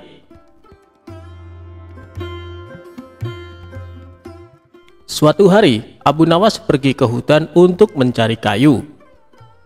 Ia membawa kapak yang sangat usang sebagai alat mempermudah pekerjaannya. Namun sayangnya, kapak miliknya itu malah jatuh ke jurang. Melihat Abu Nawas yang sedang panik dan bingung karena kapak satu-satunya jatuh ke jurang, jin itu langsung berubah jadi seorang kakek-kakek. Jin yang menjelma jadi kakek-kakek itu langsung menanyakan apa yang sedang terjadi. Lalu Abu Nawas mengatakan kalau kapak miliknya jatuh ke jurang dan kesulitan mengambilnya. Kemudian kakek itu menawarkan diri membantu mengambil kapak milik Abu Nawas. Namun kapak yang diambil sang kakek dari dalam jurang terlihat berbeda, berlapis emas dan sangat mewah. "Apakah ini milikmu, nak?" tanya kakek itu. "Bukan, kek," ujar Abu Nawas. Lalu kakek itu langsung menggantinya lagi. Kali ini kapak yang tidak kalah mewah, yaitu dilapisi intan permata sehingga terkesan mewah sekali. "Apakah itu kapakmu, anak muda?" kata kakek itu. "Bukan, kek, kapak saya jelek dan berkarat," terang Abu Nawas. Kakek itu pun berkata dalam dirinya bahwa Abu Nawas ini memang benar-benar jujur. Sebelum memberikan 2 kapak mahal tadi, kakek itu bertanya kepada Abu Nawas, "Mengapa tetap ingin kapaknya yang sudah usang itu? Aku tidak mau mengambil yang bukan hak saya, kek. Aku adalah orang yang selalu bersyukur dengan apa yang saya miliki. Bagiku, kapak jelek ini adalah rezeki yang luar biasa, karena bisa memberikan nafkah yang halal," tutur Abu Nawas. Akhirnya, kakek itu memberikan kapak berlapis emas dan intan permata tadi kepada Abu Nawas sebagai hadiah karena sudah jujur. Ia pulang dengan membawa 3 kapak, yaitu kapak jelek miliknya, kapak yang terbuat dari emas, dan kapak yang berlapiskan intan permata. Tidak sampai di situ, jin tadi masih ingin menguji kejujuran Abu Nawas. Godaan yang diberikan melalui harta tidak berhasil. Akhirnya jin yang menjelma jadi seorang kakek tersebut akan mengujinya dengan wanita. Kakek itu kemudian menculik istri Abu Nawas, kemudian menyembunyikannya ke alam jin. Setelah pulang dari hutan, Abu Nawas langsung mencari istrinya. Ke semua sudut ruangan ia cari, namun istrinya menghilang secara misterius. Lalu kakek itu datang kepada Abu Nawas dan bertanya apa yang sedang dia cari dan menawarkan diri untuk membantunya. Abu Nawas mengatakan kalau istrinya hilang secara misterius dan hanya meninggalkan pakaian kotor. "Tenang, aku akan membantumu dan pasti menemukan istrimu," ujar sang kakek. Tiba-tiba Abu Nawas teringat kalau kakek itu yang ditemuinya di hutan saat kapaknya masuk ke jurang dan memberikannya 2 kapak yang sangat bernilai. "Wah, rupanya kakek itu ingin menguji kejujuranku lagi," kata Abu Nawas di dalam hatinya. Kakek itu lalu datang membawa wanita yang sangat cantik dan bertanya kepada Abu Nawas, apakah benar orang itu adalah istrinya.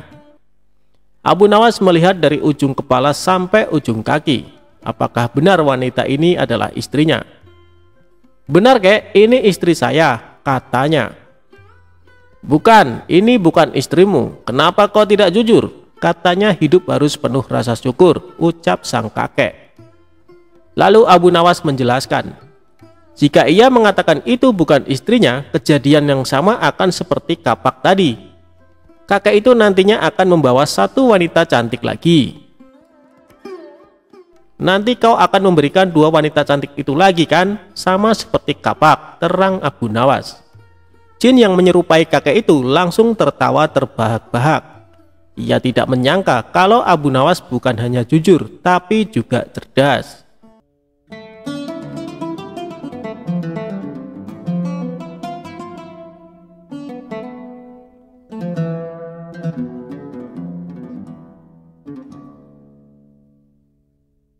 Abu Nawas memantati raja. Pada suatu sore ketika Abu Nawas ke warung teh, kawan-kawannya sudah lebih dulu berada di sana. Ternyata mereka sengaja menunggu Abu Nawas. "Nah, ini dia Abu Nawas datang," kata salah satu seorang dari mereka. "Ada apa?" kata Abu Nawas sambil memesan secangkir teh hangat. "Kami tahu engkau selalu bisa melepaskan diri dari perangkap-perangkap raja. Tetapi kami yakin kali ini engkau pasti dihukum baginda raja bila engkau melakukannya." Kawan-kawan Abu Nawas membuka percakapan. "Apa yang harus kutakutkan? Tidak ada sesuatu apapun yang perlu ditakuti kecuali Allah," kata Abu Nawas menantang.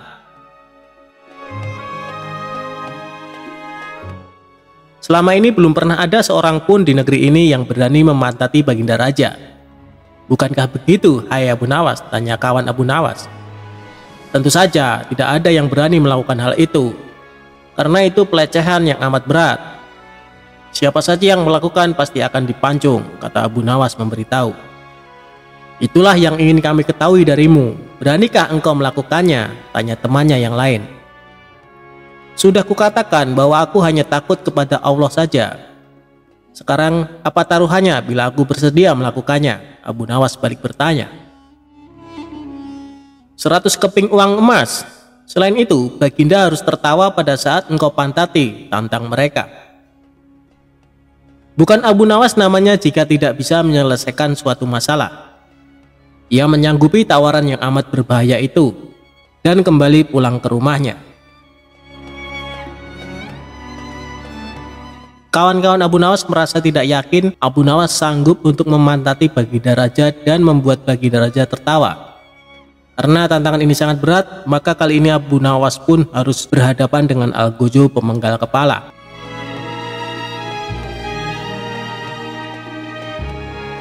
Minggu depannya, Baginda Raja mengadakan jamuan kenegaraan. Para menteri, pegawai istana, dan orang-orang dekat Baginda diundang, termasuk juga Abu Nawas. Abu Nawas merasa hari-hari berlalu dengan cepat karena ia harus menciptakan jalan keluar yang paling aman bagi keselamatan lehernya dari pedang Algojo. Tetapi bagi kawan-kawan Abu Nawas, hari-hari terasa amat panjang karena mereka sudah tidak sabar menunggu pertaruhan yang amat mendebarkan itu. Persiapan-persiapan di halaman istana sudah dimulai. Baginda Raja menginginkan acara itu akan digelar dengan meriah. Baginda tidak ingin mengecewakan para tamunya, terkhusus untuk raja-raja dari negeri sahabat yang datang.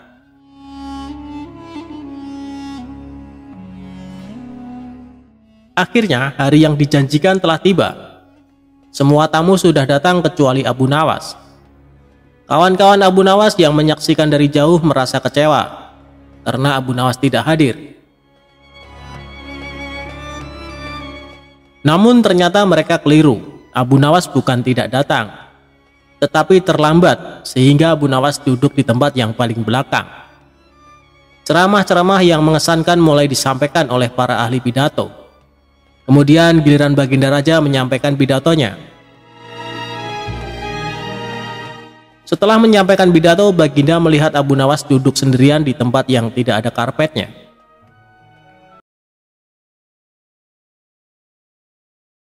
Engkau tidak duduk di atas karpet? Tanya Raja. Paduka yang mulia, hamba haturkan terima kasih atas perhatian Baginda. Hamba sudah merasa bahagia duduk di sini, kata Abu Nawas. Wahai Abu Nawas, majulah dan duduklah di atas karpet, nanti pakaianmu kotor karena duduk di atas tanah. Baginda Raja menyarankan. Ampun tuanku yang mulia. Sebenarnya hamba ini sudah duduk di atas karpet, jawab Abu Nawas dengan santai. Baginda bingung mendengar pengakuan Abu Nawas, karena Baginda melihat sendiri Abu Nawas duduk di atas lantai. Karpet yang mana yang engkau maksudkan itu, wahai Abu Nawas? Tanya Baginda masih bingung. Karpet hamba sendiri, tuanku yang mulia. Sekarang hamba selalu membawa karpet dimanapun hamba pergi, kata Abu Nawas seolah-olah menyimpan misteri. Tetapi sejak tadi aku belum melihat karpet yang engkau bawa, kata Baginda Raja bertambah bingung. Baiklah Baginda yang mulia, kalau memang ingin tahu maka dengan senang hati hamba akan menunjukkan kepada Paduka yang mulia, kata Abu Nawas sambil beringsut-ringsut ke depan. Setelah cukup dekat dengan Baginda, Abu Nawas berdiri, kemudian menunjukkan potongan karpet yang ditempelkan di bagian pantatnya. Abu Nawas kini seolah-olah memantati Baginda Raja. Melihat ada sepotong karpet menempel di pantat Abu Nawas, Baginda Raja tak bisa membendung tawa sehingga beliau terpingkal-pingkal diikuti oleh para tamu yang datang. Menyaksikan kejadian yang menggelikan itu, kawan-kawan Abu Nawas merasa kagum dan mereka harus rela melepas 100 keping emas untuk Abu Nawas.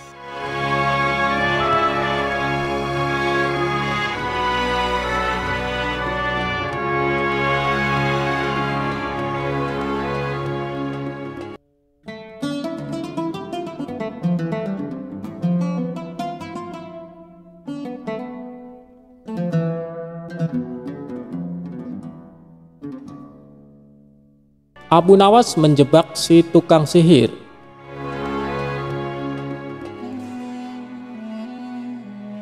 Abu Nawas atau dikenal sebagai Abu Ali Al-Hasan bin Hani Al-Hakimi adalah seorang pujangga Arab. Abu Nawas dilahirkan di kota Ahvaz di negeri Persia. Dengan darah Arab dan Persia mengalir di tubuhnya. Abu Nawas adalah seorang ulama besar yang terkenal dengan kecerdasannya dan dipercaya sebagai wali Allah. Dikisahkan, Abu Nawas mempunyai burung nuri yang sangat lucu, dan Baginda Raja ingin memilikinya. Kalau kau berniat menjualnya, jangan ditawarkan kepada orang lain. Tawarkan saja kepadaku. Berapapun harganya, aku akan membayarnya, ujar Baginda Raja kepada Abu Nawas. Abu Nawas tidak menjawab, dia hanya mengangguk. Tapi dalam hati dia berkata, "Mana mungkin aku menjual burung yang tidak berharga ini kepada Baginda," ucap Abu Nawas dalam hati. Keesokan paginya Abu Nawas datang ke istana. Dia datang dengan membawa burung nuri yang diinginkan Baginda itu. Abu Nawas tidak ingin menjualnya. Dia ingin memberikan cuma-cuma kepada Baginda. Tapi di pintu gerbang istana, 2 orang pengawal menahannya. "Siapa kamu? Ada keperluan apa menghadap Baginda Raja?" hardik kedua pengawal dengan wajah bengis. Rupanya, kedua orang pengawal istana tersebut adalah orang kepercayaan Perdana Menteri Abu Dahi yang selalu ingin mencelakakan Abu Nawas. "Aku hendak menyerahkan burung nuri ini kepada Baginda Raja karena beliau sangat menyukainya," jawab Abu Nawas. "Tinggal saja burung jelek itu di sini, biar aku yang menyerahkan kepada Baginda," ucap salah seorang pengawal. Abu Nawas pun menurut. Dalam situasi seperti ini, dia tidak mungkin melawan. Tapi suatu saat mereka pasti akan menemui perbuatannya. Oleh kedua pengawal kepercayaan Abu Dahi, burung nuri Abu Nawas ditukar dengan burung gereja. Setelah itu diserahkan kepada Baginda Raja. Perdana Menteri Abu Dahi yang melihat kejadian itu tersenyum simpul memuji hasil kerja anak buahnya. Berdebah, gigi Baginda gemetar menahan amarah. Dia merasa terhina oleh perbuatan Abu Nawas. Burung nuri yang diharapkan tapi burung gereja yang dikirimkan. Tanpa menunggu waktu, saat itu juga Baginda mendatangi rumah Abu Nawas. "Abu Nawas, kalau kau keberatan menjual burung nuri kepadaku, aku tidak apa-apa. Tapi jangan kau kirim burung gereja ke istana. Itu suatu penghinaan buatku," kecam Baginda dengan mata memerah menahan amarah. "Begini Baginda," tutur Abu Nawas mencoba meredakan amarah Baginda. "Istana Baginda telah kemasukan 2 orang penyihir yang menjadi penjaga pintu gerbang istana. Kedua orang itu bisa menyihir seekor burung gereja, dan hamba yakin besok-besok kedua orang itu bisa menyihir burung beo menjadi burung nuri. Kalau tidak percaya, tunggulah besok di istana.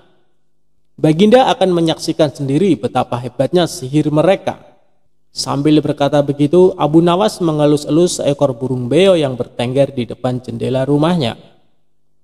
Burung beo itulah yang akan dibuat menjebak kedua pengawal bengis istana.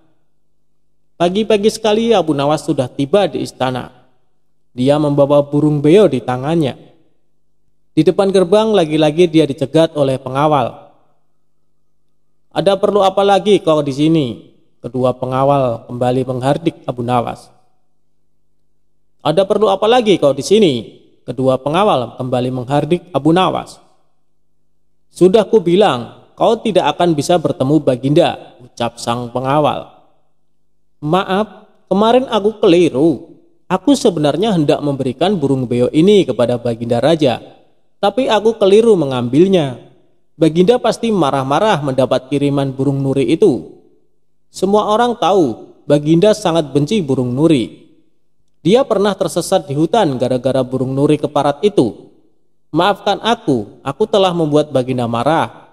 Bujuk Abu Nawas seolah-olah cerita itu benar-benar terjadi. Taruhlah saja di situ, biar aku nanti yang akan menyerahkan kepada Baginda Raja perintah pengawal istana. Terpengaruh bujukan Abu Nawas, kedua kaki tangan Abu Dahi itu pun menukar burung beo dengan burung nuri.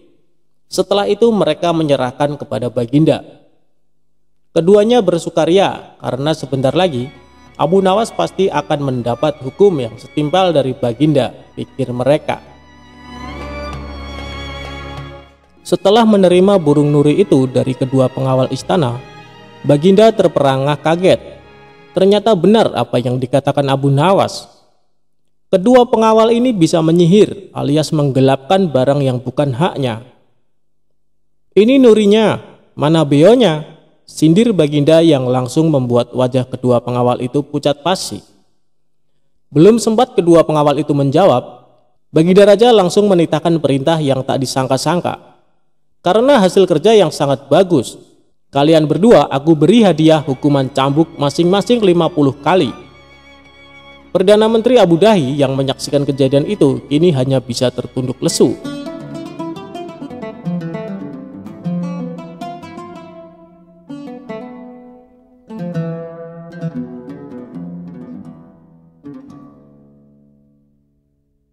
Abu Nawas akan disembelih dan dijadikan bubur oleh rakyat Badui. Alkisah pada suatu hari, Abu Nawas yang cerdik sedang menghabiskan waktunya dengan berjalan-jalan di kota Baghdad. Kemudian, ia memutuskan untuk pulang ketika langit mulai senja dan azan maghrib sebentar lagi berkumandang. Agar cepat sampai ke rumah, untuk pertama kalinya ia lewat kampung Badui di sebuah gurun. Di kampung itu, ia bertemu dengan orang-orang yang sedang memasak bubur. Aromanya sangatlah sedap. Orang-orang juga sangat ramai. Saat hendak lewat, tiba-tiba saja ada segerombolan pria menghadanginya.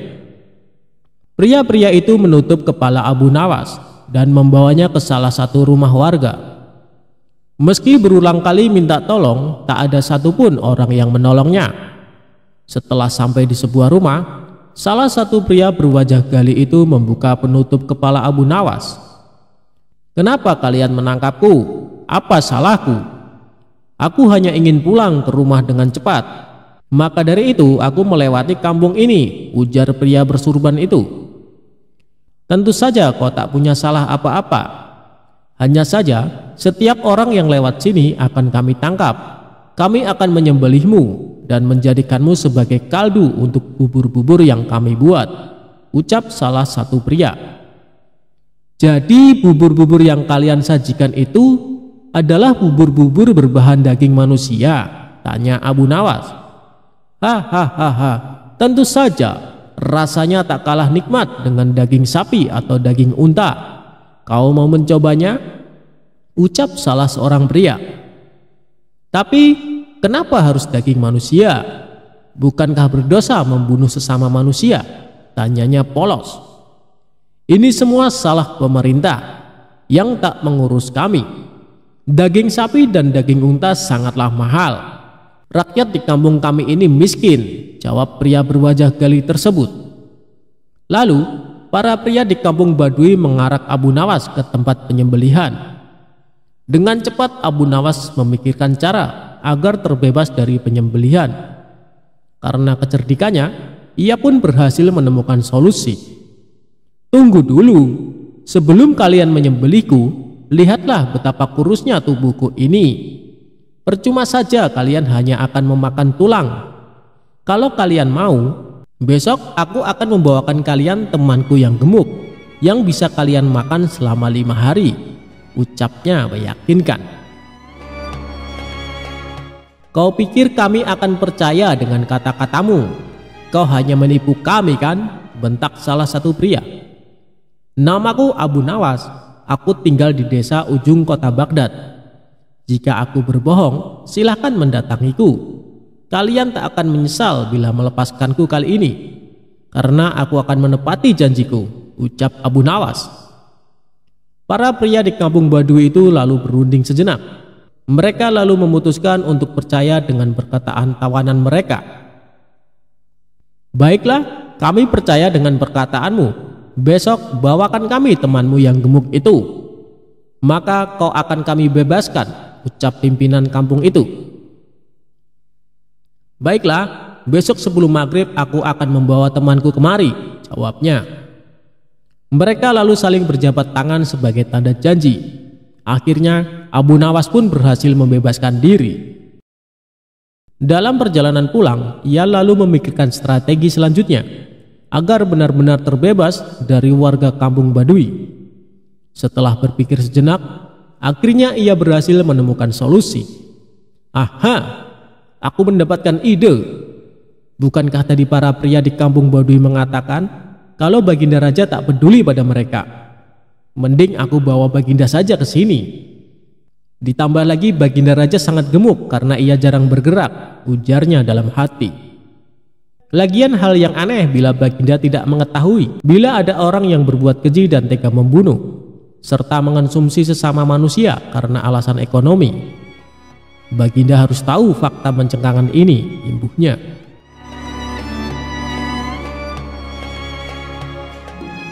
Keesokan harinya, Abu Nawas menemui Baginda Raja. Setelah menundukkan kepala sebagai tanda hormat, ia lalu berkata, "Tuanku Baginda Raja yang mulia, hamba hendak mengajak Baginda ke tempat yang memiliki makanan sangat lezat." Di manakah itu? Makanan apa yang sangat lezat itu?" tanya Baginda Raja. "Di kampung Baduy ada bubur yang sangat nikmat. Baginda akan menyesal bila tak mencicipinya," jawab pria cerdik itu. Karena suka makan, Baginda pun langsung menyetujui untuk berkunjung ke kampung Baduy. "Baiklah, aku akan datang ke sana bersama dengan para pengawal. Awas saja jika ternyata makanan tak enak," ucap Baginda. "Tapi hamba sarankan Baginda tak mengajak para pengawal, sebab para rakyat di kampung tersebut tak suka keramaian," bujuk pria bersorban itu. "Sebagai gantinya, hamba akan menemani dan melindungi Baginda ke sana," imbuhnya. "Baiklah kalau begitu, ayo kita segera ke sana," ucap Baginda Raja. Mereka pun berjalan ke kampung Baduy. Sesampainya di sana, Abu Nawas mengajak Baginda Raja ke rumah warga yang kemarin hendak memenggalnya. "Baginda, tunggulah di sini sejenak. Hamba akan menemui penjual bubur itu," ucapnya. Kemudian Abu Nawas ke rumah itu dan menemui para pria yang ternyata sudah menunggunya. "Lihatlah, aku menepati janjiku. Kubawakan kalian orang yang gemuk sesuai janjiku kemarin," ujarnya. Para pria di kampung itu tidak tahu bila pria yang mereka hadapi adalah Baginda Raja. Dengan cepat, mereka lalu menyekap Baginda Raja. Dalam hati Abu Nawas berkata, jika Baginda pandai, maka ia akan menemukan cara terbebas dari para pria itu. Dan kalau bodoh, matilah ia disembelih. Sebelum para pria melakukan penyembelihan, Baginda pun berkata, "Tubuhku emang gemuk, tapi dagingku sedikit. Tubuhku ini kebanyakan berisi lemak, tak enak bila dijadikan santapan. Daripada menyantapku, mendingan aku bekerja saja menjadi pembuat peci. Aku bisa membuat peci yang bagus dan harganya mahal. Kalian bisa menjual peci buatanku ke orang-orang di istana. Mereka akan membelinya dengan harga mahal." Imbuh Baginda mencoba mengelabui warga kampung Baduy. Lalu, para kanibal itu pun setuju dengan saran Baginda Raja. Mereka lalu mengurung pemimpin istana itu di sebuah penjara. Baginda mulai membuat peci. Agar diselamatkan oleh para pengawal istana, Baginda memberikan sepucuk surat di dalam peci yang ia buat. Surat tersebut berisi, "Hai menteriku, tolonglah aku. Aku di kampung Baduy disekap oleh para warga di sini. Berapapun harga peci ini tolong belilah, lalu selamatkan aku." Setelah itu Baginda menyerahkan peci buatannya ke salah seorang pria. "Jual saja peci ini ke para menteri di istana. Mereka pasti menyukainya," ucap Baginda Raja. Di satu sisi, istana sedang gempar karena Baginda Raja tak kunjung kembali. Para pengawal istana telah mencari, tapi tak kunjung bisa menemukan sang raja. Mereka tak pernah menyangka bila raja mengunjungi kampung Baduy. Keesokan harinya, salah satu pria dari kampung Baduy datang ke istana. Ia menemui salah satu menteri dan menjual peci yang dibawanya. Karena indah, menteri itu pun tertarik untuk membelinya. Wah, peci ini nampak sangat mengagumkan dan mewah. Siapa yang membuatnya? Seleranya pasti sangat tinggi, ucap menteri kerajaan. Tentu saja bagus. Aku akan membawanya lagi besok bila kau mau peci yang lain, ujar pria itu. Baiklah, besok bawakan aku peci yang lain ya. Aku akan membelikan ayahku. Ngomong-ngomong, dari mana asalmu? Ujar sang menteri. Hamba dari kampung Baduy, tuan. Kalau begitu hamba pamit undur diri, jawab sang penjual peci. Saat sedang mencoba peci, sang menteri kerajaan kaget karena di dalam peci itu terdapat sepucuk surat dari baginda raja. Kemudian menteri kerajaan itu meminta para pengawal untuk mendatangi kampung Baduy. Mereka berhasil menemukan dan menyelamatkan baginda raja. Masyarakat Baduy tak menyangka bila yang mereka tangkap adalah seorang raja. Atas perintah raja, orang-orang di kampung Baduy dibunuh karena perbuatan mereka sangat jahat. Keesokan harinya, baginda raja memerintahkan para pengawal untuk menangkap Abu Nawas. Ia hendak menghukum mati pria yang telah menjebaknya itu. Abu Nawas pun ditangkap ketika sedang sholat. Setelah salam, ia langsung dibawa para pengawal untuk menemui sang raja. Begitu melihat wajah pria yang telah menjebaknya, wajah sang raja sangat marah. Hai kau lelaki becik, bisa-bisanya kau mempermainkanku. Apa maksudmu menjadikanku sebagai tumbal untuk rakyat di kampung Baduy? Perbuatanmu sangatlah tidak pantas. Kau pantas untuk dihukum mati, teriak raja. Dengan sikap tenang, Abu Nawas pun menundukkan kepalanya dan berkata, Ya, tuanku baginda raja yang bijak, sebelum baginda menjatuhkan hukuman mati kepada hamba, perkenankan hamba menyampaikan beberapa hal. Baiklah, cepat katakan, waktumu tak lama, jawab baginda raja. Ya tuanku baginda raja, sebenarnya alasan hamba menyerahkan baginda kepada penjual bubur itu untuk menunjukkan kenyataan pahit di negeri yang baginda pimpin. Sebab bila tak mengalaminya langsung, bisa saja paduka tak percaya dengan perkataan hamba. Padahal semua kejadian yang terjadi di negeri ini adalah tanggung jawab baginda sebagai seorang pemimpin, ucap Abu Nawas. Bukankah raja yang adil dan bijak sebaiknya mengetahui seluruh perbuatan rakyatnya? Untuk itu hamba mengajak paduka pergi ke kampung Baduy. Lagi pula hamba sudah bisa menduga bila baginda adalah pemimpin cerdas, sehingga pasti bisa lolos dari jebakan mereka. Demikian tuanku.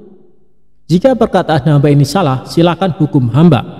Bila hamba tak bersalah, tapi tetap mendapatkan hukuman, hamba tidak akan ikhlas. Sehingga dosa akan menjadi tanggung jawab tuanku di akhirat kelak, imbuh Abu Nawas. Setelah mendengar ucapan tersebut, hilanglah amarah baginda raja.